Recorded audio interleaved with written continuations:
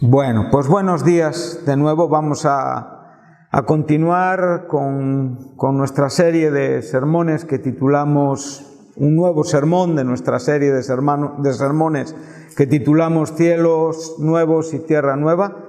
Y vamos de nuevo al capítulo 21 del último libro de la Biblia, el Apocalipsis de San Juan. Y vamos a seguir ahí con este texto que nos está ocupando un tiempo de nuestra enseñanza y, por supuesto, una porción de la Escritura muy relevante y muy importante, por supuesto, como toda la Escritura, ¿verdad?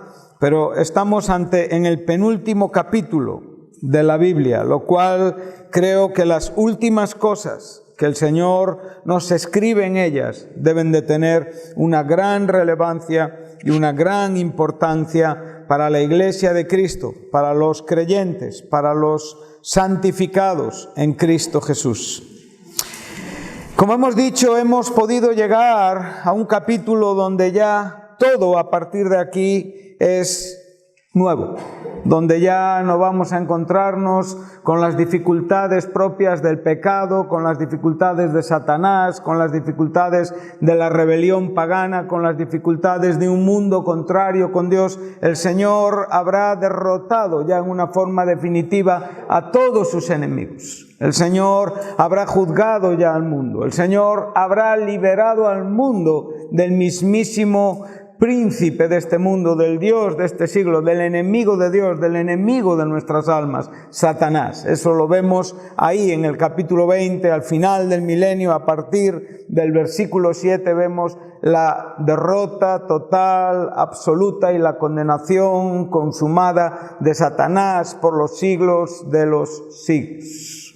Es muy importante entender que para este momento, curiosamente, y no vamos a extendernos aquí porque, como digo, estamos en otra parte explicativa, y es que cómo, ¿verdad?, un mundo que acaba de asistir, bueno, para el Señor un día son como 1000 años son como un día, pero cuando llegamos hacia los compases finales del capítulo 19, en la segunda venida de Jesucristo, podemos ver que Cristo derrota a todo, digamos, el conjunto impío, todo lo que tiene que ver con Satanás, todo lo que tiene que ver con la bestia y el falso profeta, todo lo que tiene que ver con las naciones enemigas de Dios, y cómo una obra del Señor puede dejar la posibilidad de que después de un reino de paz y de justicia encontremos que todavía se vuelve a formar una rebelión en contra de Dios, que es lo que encontramos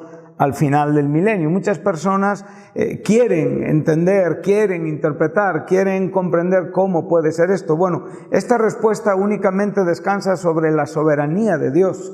Los argumentos explicativos, lógicos o razonables chocan directamente con asuntos que se escapan a nuestras comprensiones. Pero sabemos perfectamente que en el propósito de Dios y al final de ese milenio, Satanás va a ser suelto de su prisión. La mano soberana de Dios le va a permitir de nuevo comportarse en este mundo y probar a la raza humana que después de un milenio en el cual la paz y la justicia reinan y gobiernan, aún así el corazón del hombre se puede alejar de Dios.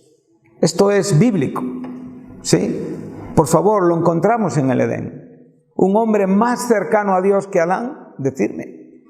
Un hombre que directamente pudo ver que él era el resultado de la obra creativa de Dios, ¿verdad?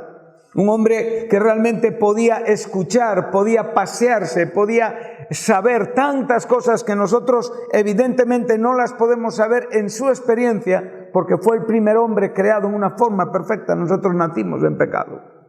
Pero sin embargo vemos que ese primer hombre se apartó de Dios. Lo cual no tiene que sorprendernos que al final del milenio los hombres también se aparten de Dios. Y habrá un grupo, habrá una serie de personas que cerca o lejos de lo que es Jerusalén se apartarán de Dios, y esas personas, esos grupos son identificados con Gog y Magog, pero no son los mismos de Armagedón. porque esos quedan totalmente destruidos en Armagedón. Sencillamente significan el espíritu de esos pueblos que vienen a hacer guerra contra Dios y contra su ungido.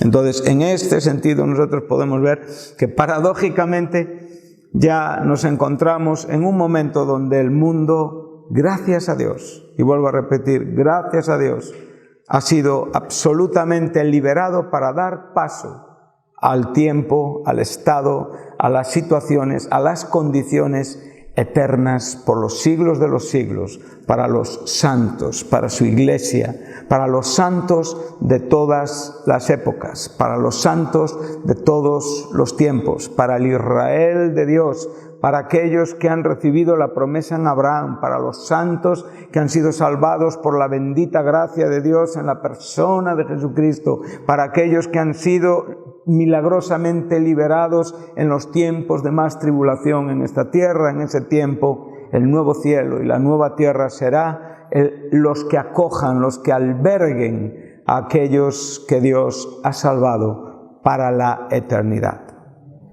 Ante estas cosas nosotros tenemos que vivir sensibles. Nosotros tenemos que sufrir conmociones interiores, constantes conmociones interiores, no necesariamente para perdernos en una comprensión donde a veces la teología se nos queda un poquito grande. Bueno, hay diversas razones, muchas veces llevamos muy poquito tiempo leyendo la Biblia. Es normal que algunos conceptos todavía no nos sean ni familiares. A veces en el propio desarrollo de nuestro cristianismo tampoco hemos dado tanto valor a algunas cosas, pero estamos a tiempo de hacerlo. Y a veces pues también la propia negligencia o la propia falta evidentemente de esfuerzo para poder darle el valor a estas verdades que tienen, porque estas verdades cambian tu vida. Muchas veces hablamos de que Cristo ha cambiado nuestro corazón y es una gran verdad. Pero la palabra de Dios es el agente de Dios que constantemente bajo la influencia del Espíritu Santo está transformando tu vida, tu mente, tu corazón constantemente. Y te está llevando a una mente que cada vez comprende, adquiere, abarca mucho más de lo que el Señor es. Entonces estamos viendo que esos cielos definitivos, esa tierra definitiva, será ese bendito y definitivo tabernáculo de Dios, donde Dios estará con su pueblo, con sus salvos, con sus santos, con sus redimidos, con sus hijos amados, por los siglos de los siglos, por la eternidad. Bueno, pues que el Señor nos ayude, ¿verdad?, a tener un corazón inquieto, un corazón muy abierto a que estas verdades obren en Él. Entonces volvemos a nuestro contexto que estamos estudiando y dice así el verso 1, lo leemos de nuevo. Ya para este momento, como hemos dicho, el milenio ha concluido, Satanás ya ha sido condenado en el lago de fuego, ya los impíos han sido condenados ante el gran trono blanco, no hay nada que realmente ya vaya a estorbar el argumento y la obra definitiva de Dios, que son los cielos nuevos y la tierra nueva. Lo más parecido a ese Edén primario, a ese Edén donde Dios formó todo con el propósito de convivir con el hombre y el hombre convivir con su Creador. Este es el momento donde volvemos en una manera mucho más majestuosa, gloriosa y preciosa al lugar donde definitivamente los hombres existiremos. Los hombres salvos, los santos. Esto hay que siempre decirlo. Vi un cielo nuevo y una tierra nueva, porque el primer cielo y la primera tierra pasaron. Aquí vimos que este verbo pasar es sencillamente quedar fuera de uso o existencia. Y el mar ya no existía más. Y yo, Juan, vi la santa ciudad. Este versículo 2 lo abordaremos en las siguientes enseñanzas, porque hablaremos de la nueva Jerusalén. Ahora estamos hablando de los cielos nuevos, tierra nueva, en contraste con los cielos actuales y la tierra actual. Dice Juan, vi la santa ciudad, la nueva Jerusalén, descender del cielo de Dios, dispuesta como una esposa ataviada para su marido.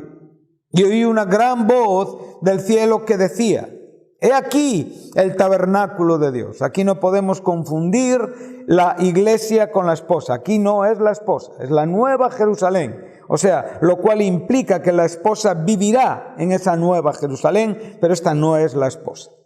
Se le da esa interpretación, se le da esa figura con el entendimiento relacionado con la propia esposa. Pero no nos confundamos. Esto no es la iglesia, es la nueva Jerusalén, la Jerusalén celestial, la Jerusalén del cielo. Porque el mismo versículo 3 nos lo dice: he aquí el tabernáculo de Dios con los hombres. ¿Sí? O sea, estamos hablando de lo mismo. Dice: y Él morará con ellos serán su pueblo y Dios mismo estará con ellos como su Dios. Este era el propósito del tabernáculo de Moisés y este será el propósito del tabernáculo en el estado eterno de las cosas, en los cielos nuevos, en la tierra nueva, que serán ese tabernáculo de Dios con los hombres. No habrá ya un tabernáculo como el de Moisés, porque Dios será el tabernáculo, el Cordero será el mismo tabernáculo.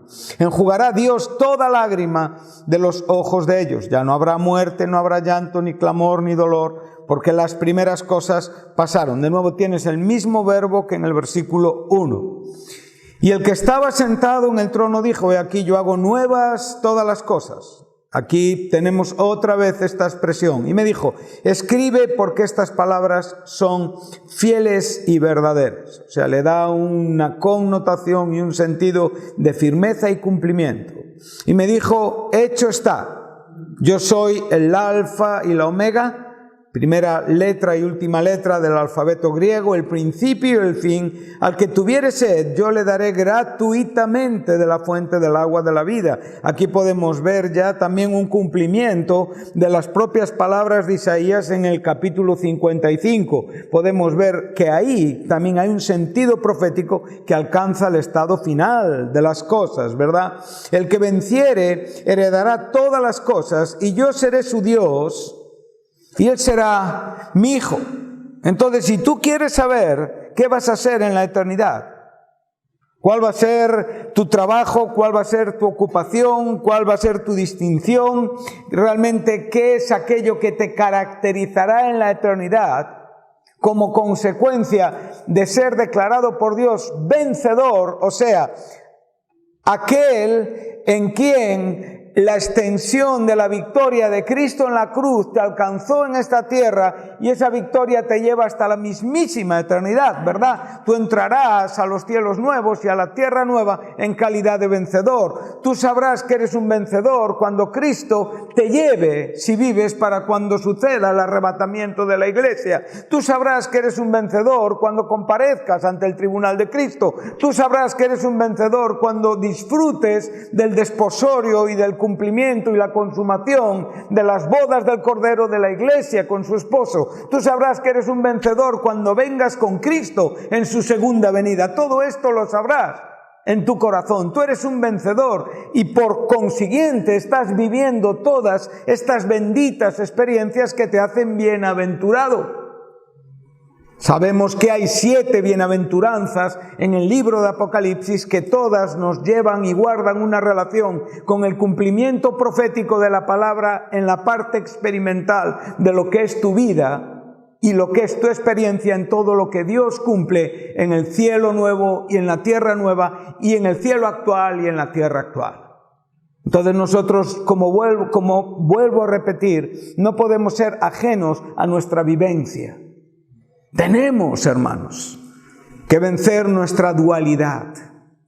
Tenemos que vencer las divisiones de nuestro corazón. Tenemos que ser inconformes con aquellas cosas que no nos permiten aceptar los desafíos de Dios. Tenemos que tener un corazón sensible, un corazón que se brinda a ser moldeado por Dios. Un corazón que realmente no es duro, no es orgulloso, no se resiste. Ahora tú me puedes decir: ¿y esto cómo es, hermano? ¿Esto cómo es, José Carlos? Yo no me resisto a Dios. A mí, cuando Dios viene a mi vida, cuando Dios me habla a través de su palabra, yo encantado le brindo mi corazón para que Él lo moldee. Sí, pero ¿cómo eres en las diferentes circunstancias del día. ¿Te dejas moldear por Dios cuando ves que en la mente surge una maldad hacia alguien y la llevas adelante? ¿Estás siendo moldeado por Dios? No, hay una dualidad, una división. Una división que por un lado te aferra a lo que hay en esta tierra y por otro lado no quieres perder lo que hay en los cielos nuevos y en la tierra nueva. Pero esto tiene que suceder. Y esto tiene que ser cada día más resquebrajado. Tiene que ser cada día más separado para que esta dualidad no siga dañándote, no nos siga afectando, ¿sí? Entonces, en este sentido, nosotros estamos viendo la grandeza de lo que nosotros seremos. Vemos todo este proceso, pero cuando lleguemos a la herencia de los victoriosos, entonces, ¿tú qué vas a ser? Su hijo, y él que va a ser tu Padre, tu Dios. Esto es lo que va a ser por la eternidad. Y si esto te parece poco, entonces tienes que revisar tu teología. Tenemos que revisar un poquito algunas cosas para darnos cuenta de que muchas veces la miseria donde vivimos no se corresponde con las expectativas de la palabra, sino se corresponde con las expectativas terrenales, donde, como digo, muchas cosas estorban lo que no debe de ocurrir.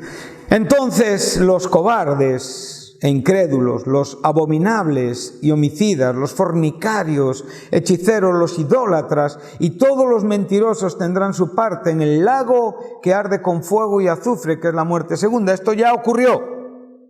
Esto no va a ocurrir ahora, esto ya ocurrió al final del capítulo 20, en el versículo 11. Ahí sabemos perfectamente que ahí los impíos han resucitado para recibir la condenación claramente explícita y expuesta en los libros de la vida, en los libros de las obras. Como dice el apóstol Pablo, hay un día donde las obras de los hombres serán juzgadas en una manera clara por la verdad de mi evangelio. El Evangelio incluye esta realidad del trono blanco.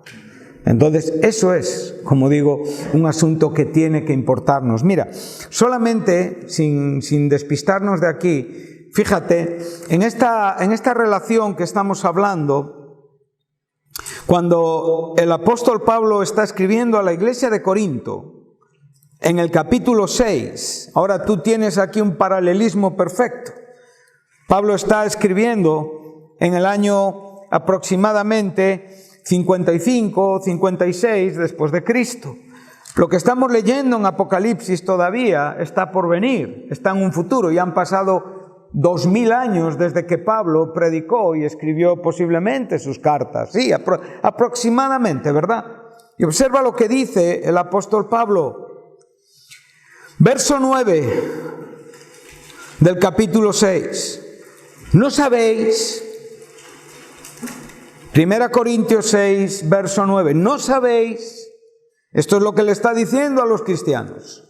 Que los injustos no heredarán el reino de Dios. ¿Qué nos ha dicho Juan? Que los victoriosos heredarán el reino donde ellos serán sus hijos y Él será su Dios. De esto mismo estamos hablando. No erréis. Y aquí la advertencia es fundamental. O sea, no cometas un yerro, no te equivoques.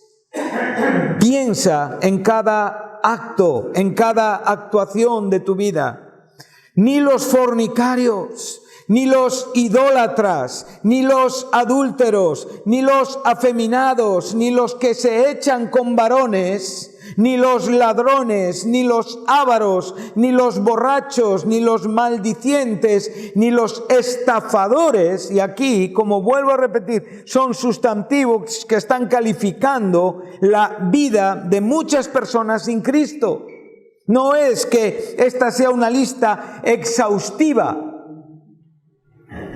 sencillamente muestra el corazón totalmente desprovisto de un control justo cuando Cristo no está en el corazón del hombre. Y si tú en esta mañana estás sin Cristo aquí, y si tú en esta mañana no has sido lavado con la sangre de Jesucristo, tú estás en esta lista. de personas que no heredarán el reino de Dios. Por eso el Evangelio hoy es para ti. Las buenas noticias son para ti, para que puedas incluir tu vida en la lista de los victoriosos, en la lista de los herederos del reino eterno de Dios, en la lista de aquellos que un día serán distinguidos por Dios eternamente como hijos y Él como su Dios. Qué preciosa y maravillosa verdad. ¿Qué le dijo Jesús a los discípulos cuando al final del Evangelio de Juan? Subo a mi Dios y a vuestro Dios, subo a mi Padre y a vuestro Padre. O sea, esa relación la estamos viviendo hoy, en este momento, en este tiempo, pero es la relación que un día materializarás, perfeccionarás, consumarás, no consumirás, consumarás en los cielos nuevos y en la tierra nueva. Tremenda declaración la que Pablo nos está haciendo muchos años antes de que Juan escribiera el libro de Apocalipsis, sí, muchos años. Dice, ni los ladrones, ni los ávaros heredarán el reino de Dios. Verso 11, y esto erais. Tú estabas en esa lista. Todos los que estamos aquí en esta mañana estábamos en esta lista. Ninguno éramos herederos de un reino que no merecíamos. Ninguno éramos herederos de un reino del cual habíamos sido desprovistos por nuestro pecado. Ninguno merecíamos nada de parte de Dios. Pero sin embargo recuerda que tú eras esto. Pero has sido lavado. Has sido santificado, has sido justificado en el nombre del Señor Jesús y por el Espíritu de Dios.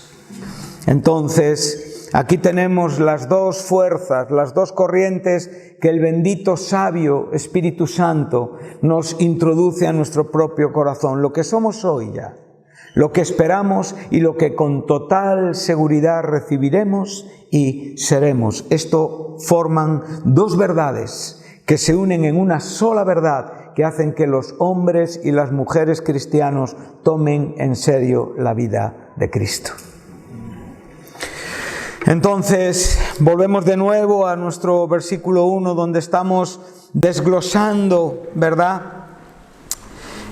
la propia estructura de este versículo, donde se nos habla, recordamos, de un cielo nuevo, de una tierra nueva, porque el primer, o sea, este por qué nos da la explicación de por qué Juan vio. Juan vi un cielo nuevo, porque ese primer cielo y esa primera tierra pasaron, y el mar ya no existía más. Entonces aquí el término griego para pasar es aperjomé, ¿sí? Vuelvo a repetir, quedar fuera de uso o existencia. Pero aquí estamos hablando de otro asunto que tiene cierta connotación diferente, ¿sí?, que es el mar. El mar ya no existe. No existe, como hemos dicho, ni física, ni material, ni en el sentido espiritual. Y vimos varios versículos, ¿recordáis? Apocalipsis 13, que nos enseñaban lo que muchas veces el mar representa. Incluso en los evangelios podemos ver ese mar bravo, intempestivo, que realmente producía miedo en el corazón de los discípulos. Y el propio Jesucristo mostró su soberana omnipotencia calmando el mar y la tempestad. Pero si tú lees un poquito antes, el verso 13, y con esto ya concluimos con el mar del capítulo 20, o sea, unos versículos antes, ves que el mar lleva a cabo la entrega de los muertos que había en él. Y aquí de nuevo volvemos a ver el mar en un sentido peyorativo, dándole una connotación de estar apropiándose, reteniendo la vida de aquellos que realmente vendrían delante del gran trono blanco. Y este mar evidentemente, juntamente con la muerte y el Hades, el mar deja de existir, la muerte y el Hades es lanzada al lago de fuego.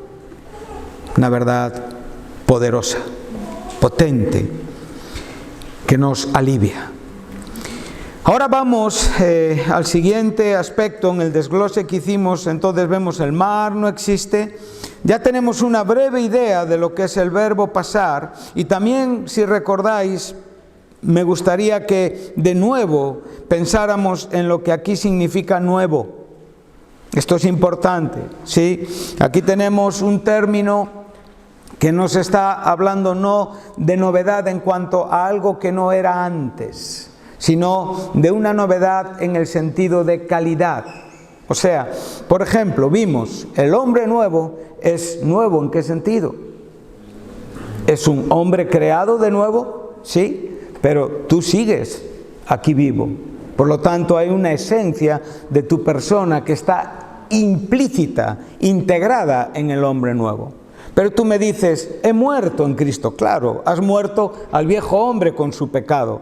Pero el viejo hombre tiene una relación con este nuevo hombre, porque tú eres ese viejo hombre que ha muerto y a la vez tú eres ese viejo hombre que ha sido perdonado y tú eres ese hombre que ha nacido de nuevo. Entonces nosotros tenemos que tener un equilibrio en nuestros conceptos, ¿sí?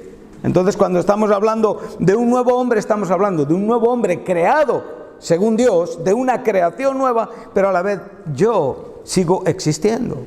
Hay una identidad de mi persona que antes caminaba sin Cristo, que hoy camina con Cristo, y el hombre que va a resucitar va a mantener la identidad del pecador que fue redimido. Amén. Entonces tenemos que tener cuidado con algunas cosas. Siempre debemos de entenderlas a la luz de la Escritura. Por ejemplo, la Nueva Jerusalén. ¿Por qué es Nueva Jerusalén? Bueno, es una Jerusalén santa porque viene desde el mismo cielo y estará ubicada en unos cielos nuevos y en una tierra nueva, pero guarda una relación íntima, significativa con la Jerusalén de la tierra, donde Cristo reinará 1000 años y donde realmente esa ciudad fue distinguida por Dios para establecer ahí su tabernáculo. No es lo mismo, pero hay una relación. ¿Podemos verlo? En la misma manera, el nuevo pacto. El nuevo pacto es nuevo pacto, ¿en qué sentido? En el sentido del contraste con la propia ley, pero no anula lo que la ley pide. El hombre tiene que seguir viviendo de acuerdo a los mandamientos de Dios. Entonces hay una esencia en el nuevo pacto que está también en el antiguo. Esto es muy importante, todo esto. Entonces nosotros sabemos diferenciar, pero a la vez sabemos relacionar, entendemos lo que significa nuevo. Entonces este término no es neos, es kenos. Y ahora me gustaría citar algún versículo que nos va a ayudar a ver esto. Romanos 12, por ejemplo.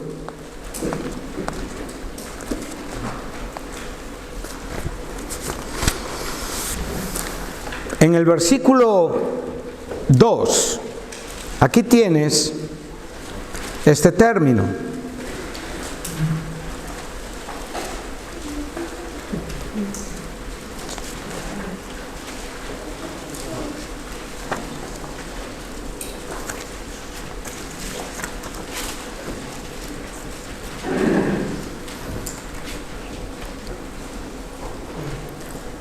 Dice así: no os conforméis a este siglo, sino transformaos, y aquí es el término metamorfosis, por medio de la anakenosis de vuestro entendimiento. ¿Qué te está diciendo? Estás renovándote, pero estás renovándote partiendo de una base que es tu propia mente en Cristo. Tú no estás trayendo una nueva mente a la mente que tienes ya en Cristo. Tu mente está sufriendo y experimentando una constante renovación, una constante afección y un claro contraste entre lo que estás aprendiendo en tu experiencia, en lo que estás cambiando y siendo llevado de gloria en gloria.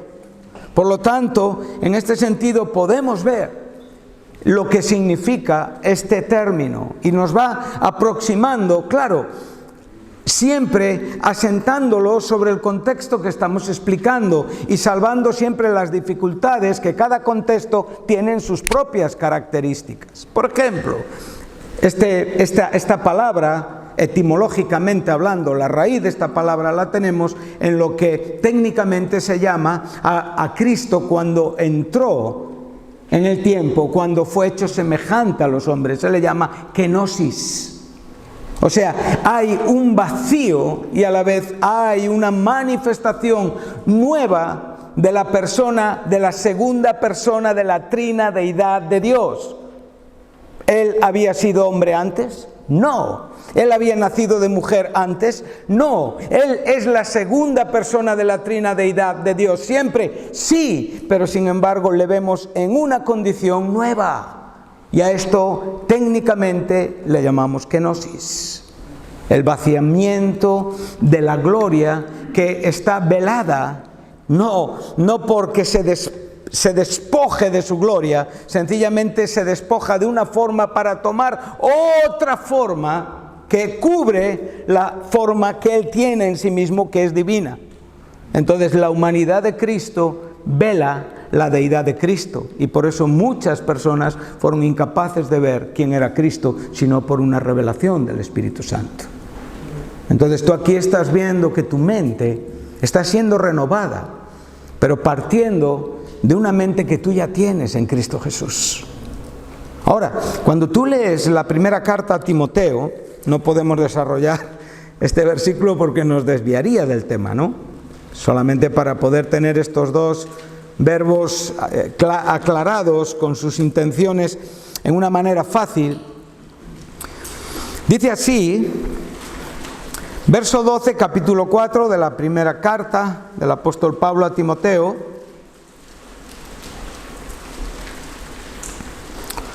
Y dice así el apóstol: ninguno tenga en poco tu juventud. Y aquí tienes el término neotetos. Ahora, ¿qué queremos decir con esto? Bueno, ¿cuántas veces fue joven Timoteo? Una.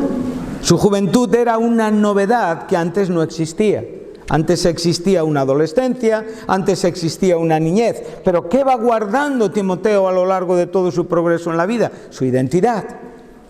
Pero en cuanto a ser niño, lo es por primera vez. En cuanto a ser adolescente, es una etapa que comienza. En cuanto a ser joven en el sentido de lo que aquí Pablo nos está hablando, evidentemente es algo nuevo, que no estaba, o que no sucedía, o que no se experimentaba antes. Amén. Volvemos a Apocalipsis. Entonces ya tenemos una pequeñita explicación, ¿sí?, del término nuevo.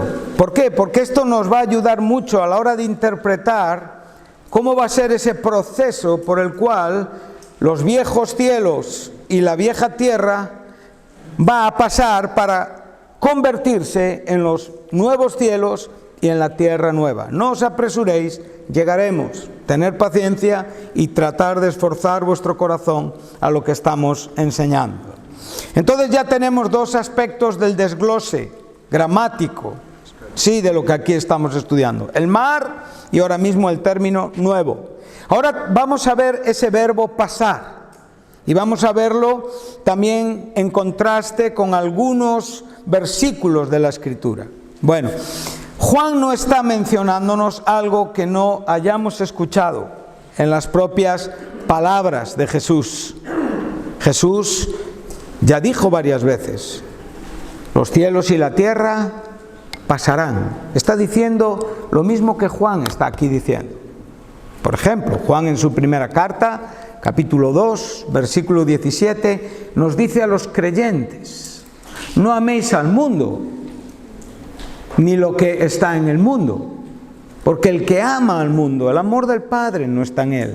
Dice que los deseos de los ojos, los deseos de la carne, la vanagloria de esta vida,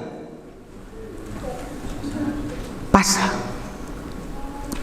La misma palabra, el mismo significado, quedará fuera de uso y de existencia. Entonces yo no sé, ahora, donde tú estás viviendo. ¿Qué fuerza, qué importancia, qué relevancia estás dando a aquello que es pasajero? Pero claro, pasajero, ¿qué es para mí pasajero?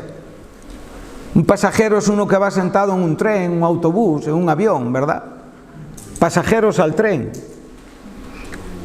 Aviso a navegantes, a pasajeros.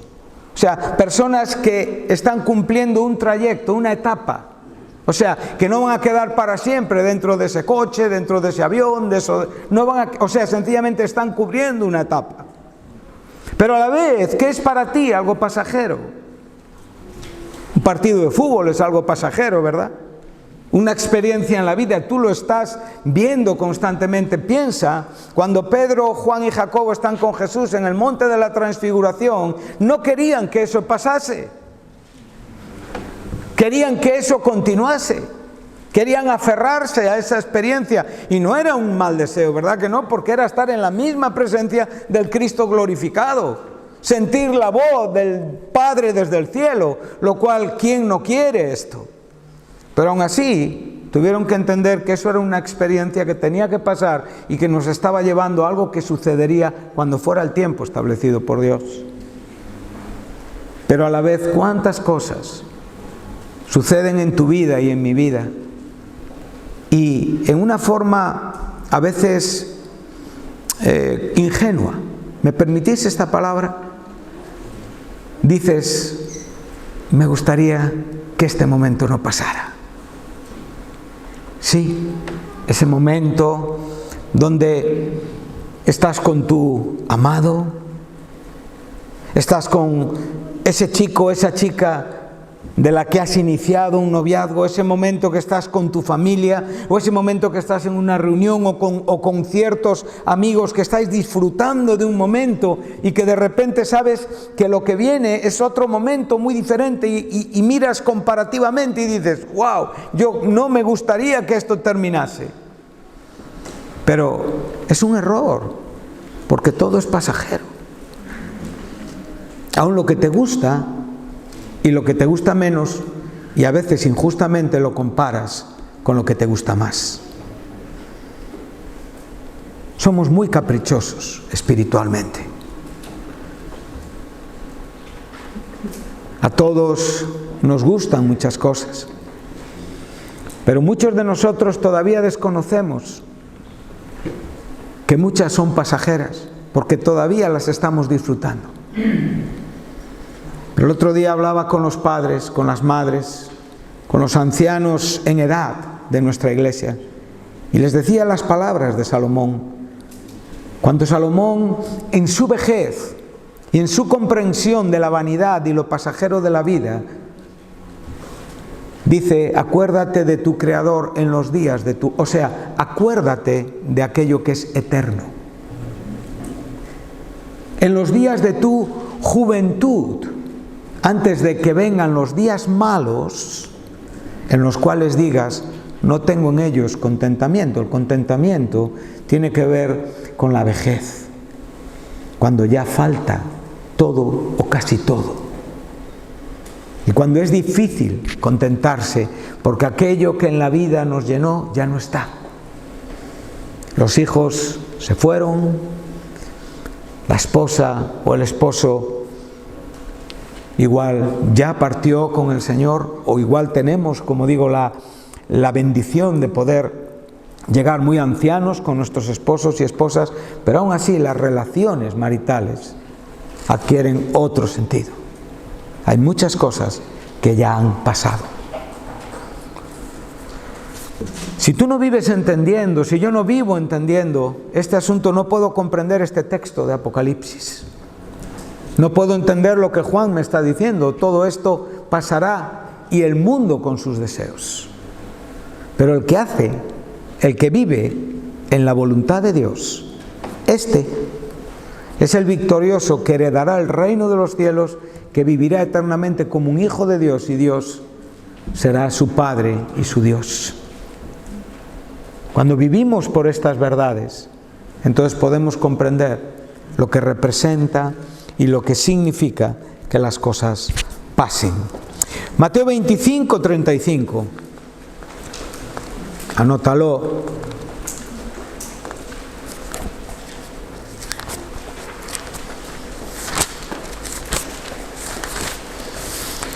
En el contexto de la segunda venida de Jesús, profetizada por Jesucristo en sus sermones antes del viernes de crucifixión,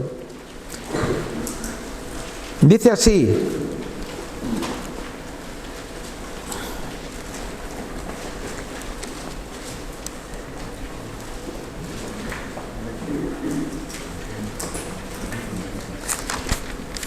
no es el 35,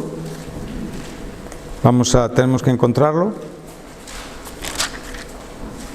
24:35, que estamos en el mismo contexto, dice: el cielo y la tierra pasarán. O sea, ¿en contraste con qué? Con todo lo que estos discípulos están viendo. En contraste con todo lo que estos discípulos están observando y valorando en su propia vida contemporánea con Jesús. Todo lo que ven, todo lo que observan, aún los cielos que ven y la propia tierra donde existen y residen, todo va a pasar. Pero dice Jesús: mis palabras nunca quedarán sin uso ni razón de existencia. Tenemos que entender la grandeza teológica de lo que representa y significa la palabra de Dios. Podemos verlo en el verbo, podemos verlo en la mismísima palabra. Es la palabra que Dios pronunció con su boca. No puede pasar.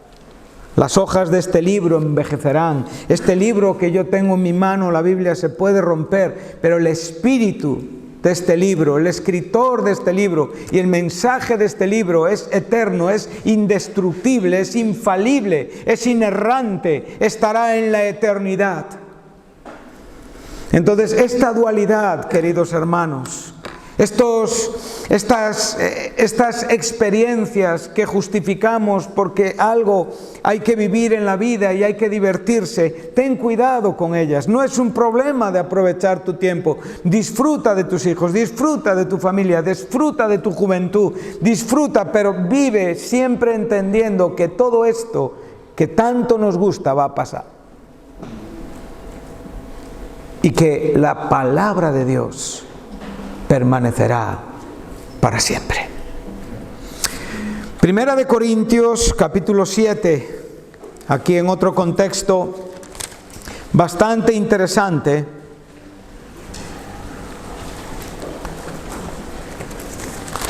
En el versículo 31, estamos en un contexto que Pablo está hablando del matrimonio, de las dificultades que tenían los creyentes porque se convertían y tenían que permanecer en un hogar con un incrédulo. Bueno, muchas preguntas que los creyentes tenían a la hora de casarse, a la hora de dar a sus hijas, las doncellas. Bueno, no es el tema ahora mismo, pero el versículo es un versículo interesantísimo. Entonces dice: y los que disfrutan de este mundo, como si no lo disfrutasen.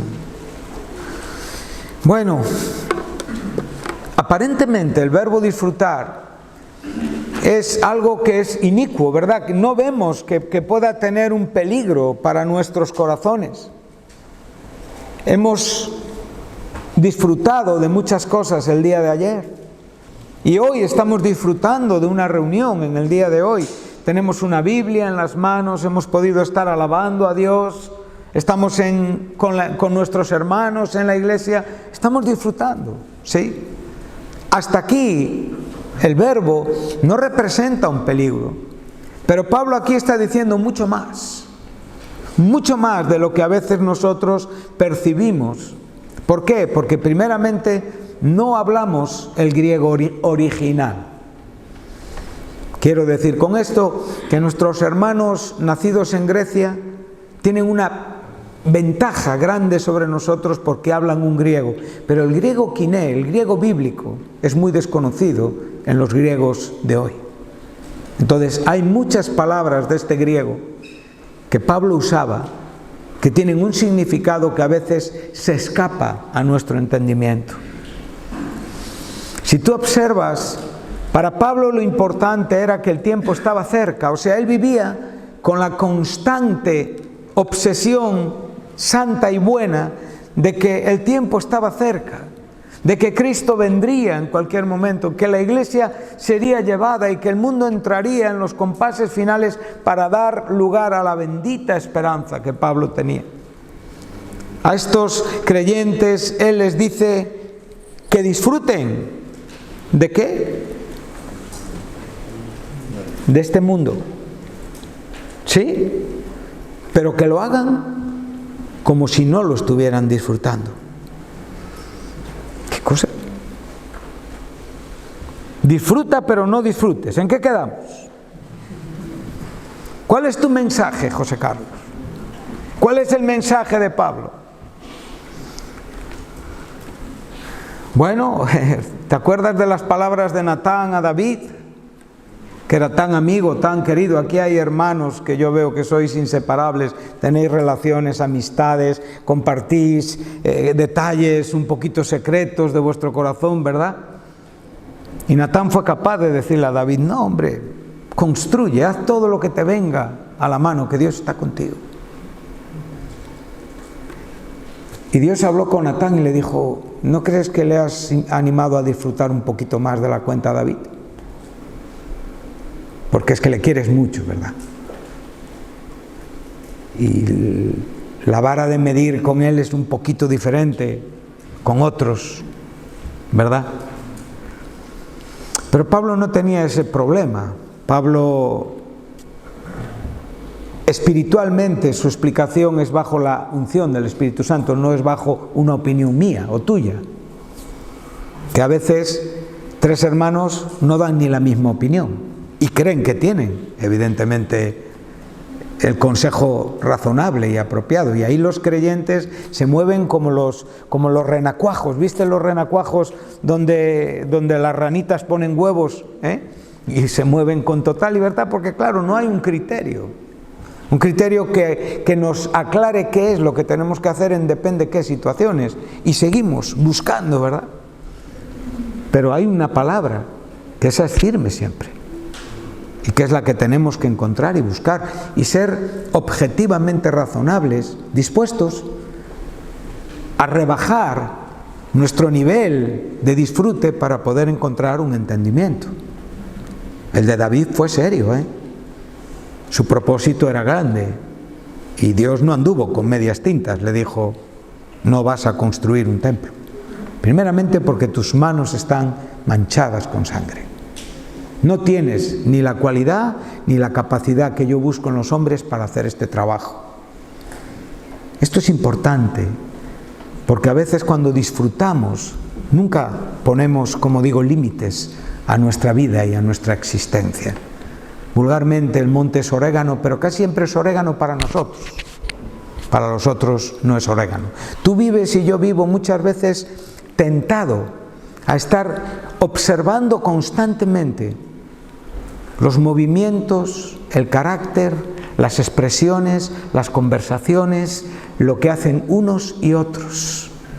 Y eso es correcto, porque para eso Dios nos dio ojos y vivimos entre gente.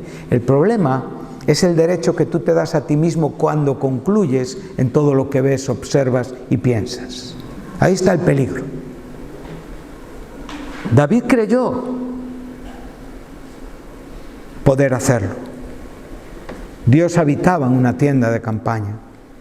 Él no merecía esto. Y Dios le dijo, ¿tú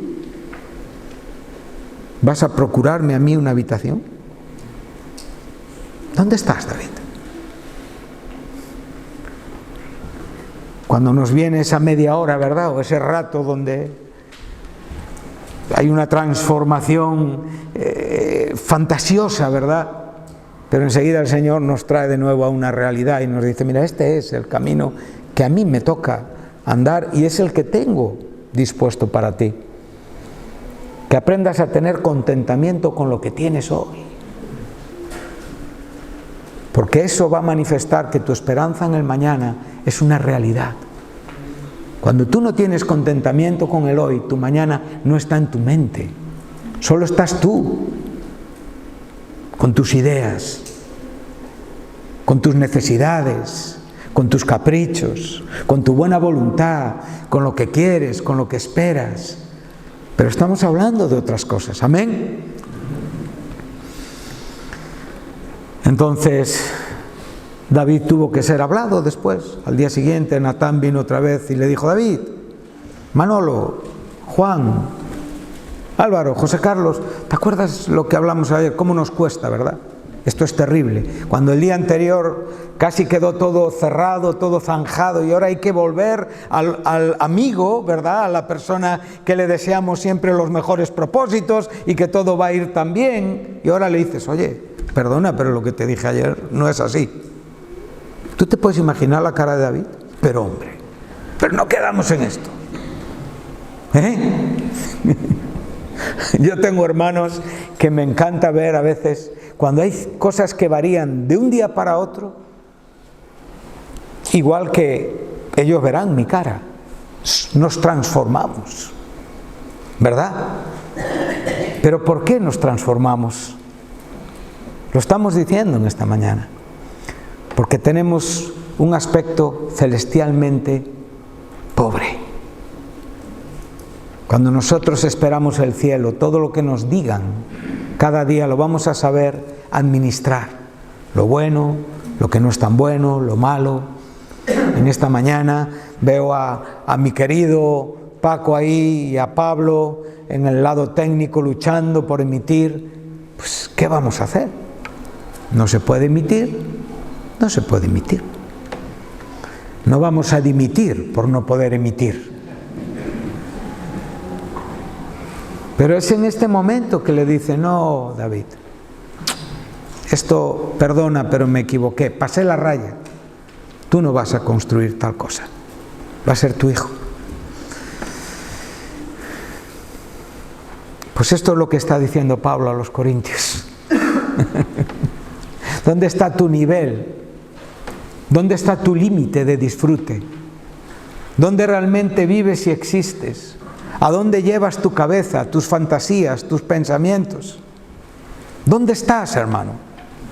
¿Estás en una realidad o estás volando etéreamente por la galaxia, perdiendo de vista detalles importantes de tu vida? Sí. ¿Estamos disfrutando? Gloria a Dios. Te tienes que poner en orden circunstancias de tu vida, tienen que oírme en la iglesia, tengo que ser visto, tengo que decir algo, porque es necesario, me urge, ¿verdad? Pero ten paciencia. Disfruta como si no disfrutases. Jesús supo rentabilizar esto. Él fue a Getsemaní con el sabor, con la absoluta sentencia de una voluntad del Padre, que era beber hasta el sedimento la copa de la ira de Dios. Pero él pudo decir: que sea tu voluntad, porque él vivía en lo eterno. Pensaba en lo eterno, administraba bien las cosas. Y eso es lo que trato de decir en esta mañana. Cuando nosotros estamos diciendo que los cielos actuales y la tierra actual pasa, no es únicamente un término técnico para decir esto va a pasar y esperamos cielos nuevos y ahí termina todo. No, Dios mío, tiene que haber más de entendimiento en nuestros propios corazones. Tenemos que ser conmovidos en los cimientos sólidos de nuestra existencia, a veces orgullosa e individual, para poder aprender a vivir en un lugar donde compartiremos con otros lo que tú no ganaste ni yo, lo que Cristo ganó por su sangre. Y esto nos enseña a no ser egoístas, a ser generosos, a dar más de lo que podemos, a dar más de lo que queremos, a guardar menos de lo que necesitamos y a pensar mucho menos en nosotros. Y esto hará de ti y de mí hombres y mujeres en una constante renovación de nuestra mente. ¿De qué nos vale leer tanto la Biblia si cada día mostramos que somos el mismo de ayer? Pero claro, ¿qué dice la doctrina? Siempre mantenemos en lo nuevo una esencia de lo que éramos. Sí, hombre, claro, pero una verdad no contradice la otra. Lo cortés no quita lo valiente. Amén. La escatología que no nos sirve para hoy, ¿para qué la queremos? ¿De qué me vale saber que va a haber un Armagedón si mi corazón no está constantemente renovado? Para eso es la escatología. Amén. Para esto es la profecía, para hacernos bienaventurados por guardar, oír el mensaje de la profecía. Entonces, ¿por qué decimos todo esto? Para ir cerrando nuestro tiempo en esta mañana. Ay, los que disfrutan de este mundo como si no lo disfrutasen. O sea, estás casado, tienes hijos, eres padre. Tienes un pastorado, eres pastor. Tienes un diaconado, eres diácono. Sirves en la iglesia. Todo esto es una realidad. Vives en el mundo. Hacemos muchas cosas que tienen que ver con, ahora vienen estas fechas, comemos, en nuestras mesas están todos nuestros hijos, hacemos comidas especiales, disfrutamos de la presencia de personas que amamos y queremos, y esto es maravilloso y debemos de dar muchas gracias a Dios. Pero recuerda que lo que estás disfrutando debes de vivirlo como si no lo disfrutaras, entendiendo el tiempo. Ahora no es que te sientes a la mesa con cara de espiritual, con una cara de escriba, por no decir otro nombre para no ofender, de escriba docto en el reino de los cielos, ¿verdad? No, hijos, vamos a comer y vamos a disfrutar de la mesa, pero como si no disfrutásemos. Y te pegas toda la comida con una cara larga, leyendo la Torá, y tus hijos ahí viendo, podemos comer los calamares, podemos comer los langostinos, podemos comer. No estoy hablando de esto. Hay que aprender a disfrutar. Hay que disfrutar de cada momento en la vida. Hay que disfrutar de todo lo que Dios nos ha dado, pero hay que estar satisfechos con lo que tenemos. Procura tener la mejor ropa para tu gente, para tus hermanos, para aquellos que no te conocen, para aquellos que nunca te van a dar las gracias. Sé un hombre amable, generoso. Nunca seamos hipócritas. Nunca seamos irascibles, nunca seamos despreciativos, no hagamos pagar a la gente lo que nosotros sentimos. Siempre demos a las personas lo mejor de Cristo que hay en nosotros. Y esto te hará muy feliz. Y te puedo asegurar que te dolerá menos la barriga, porque vivirás enfocado en la gloria eterna. Entonces, los que disfrutan de este mundo como si no lo disfrutasen. ¿Y sabes lo que es el verbo aquí original? Es aprovechar. La Reina Valera nos da el verbo disfrutar, lo cual nos puede dar una idea un poquito, no sé, confundida en cuanto a lo que originalmente tenemos, pero es aprovechar con una connotación de sacar provecho. Vaya, ya tiene más sentido todo, ¿verdad? O sea, los que disfrutan, que no saquen provecho de su disfrute. O sea, que no haya una segunda intención en tus intenciones. Ten cuidado con la simpatía que busca obtener. Ten cuidado con aquello que viene en una apariencia, pero detrás trae un regalo.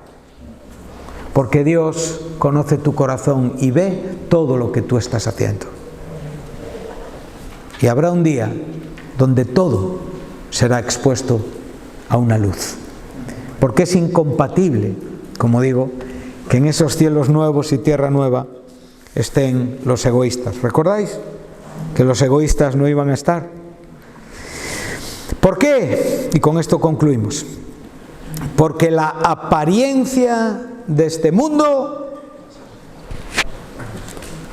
la tierra y los cielos pasarán, la apariencia de este mundo pasará, los cielos actuales y la tierra actual pasará, habrá unos cielos nuevos y una tierra nueva. La palabra de Dios no pasará. Allí estarán los victoriosos, los herederos del reino de Dios, aquellos que en el tabernáculo de Dios se relacionarán con Dios como hijos y Él como su Dios por la eternidad, por los siglos de los siglos. Amén. Entonces, el desglose siempre nos enseña muchas cosas. Del mar ya sabemos, ahora ya sabemos del verbo pasar. Y relacionamos el verbo pasar para el término nuevo. Amén. Que Dios os bendiga y hasta aquí en esta mañana. Espero que os haya sido de edificación y de bendición. Muchas gracias.